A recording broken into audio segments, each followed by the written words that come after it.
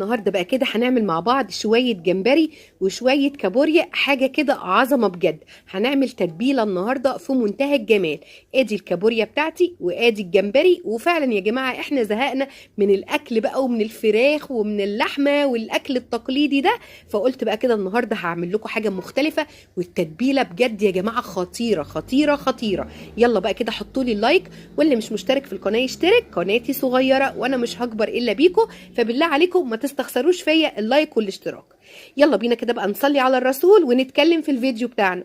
دي كده معايا الجمبري ومعايا الكابوريا اللي انا جايباها النهارده كابوريا نتي، يعني ما هيش ديكورا. طبعا انت بتجيبي الحاجات دي من عند حد مضمون وبيقول لك ان في كابوريا ديكورا وفي كابوريا نتايه. النتايه بتكون ملحمه، بتكون مليانه لحم، يعني كده تفتحي الكابوريايه تلاقيها كده ما شاء الله كده حاجه كده مبطرخه وفي منتهى الجمال.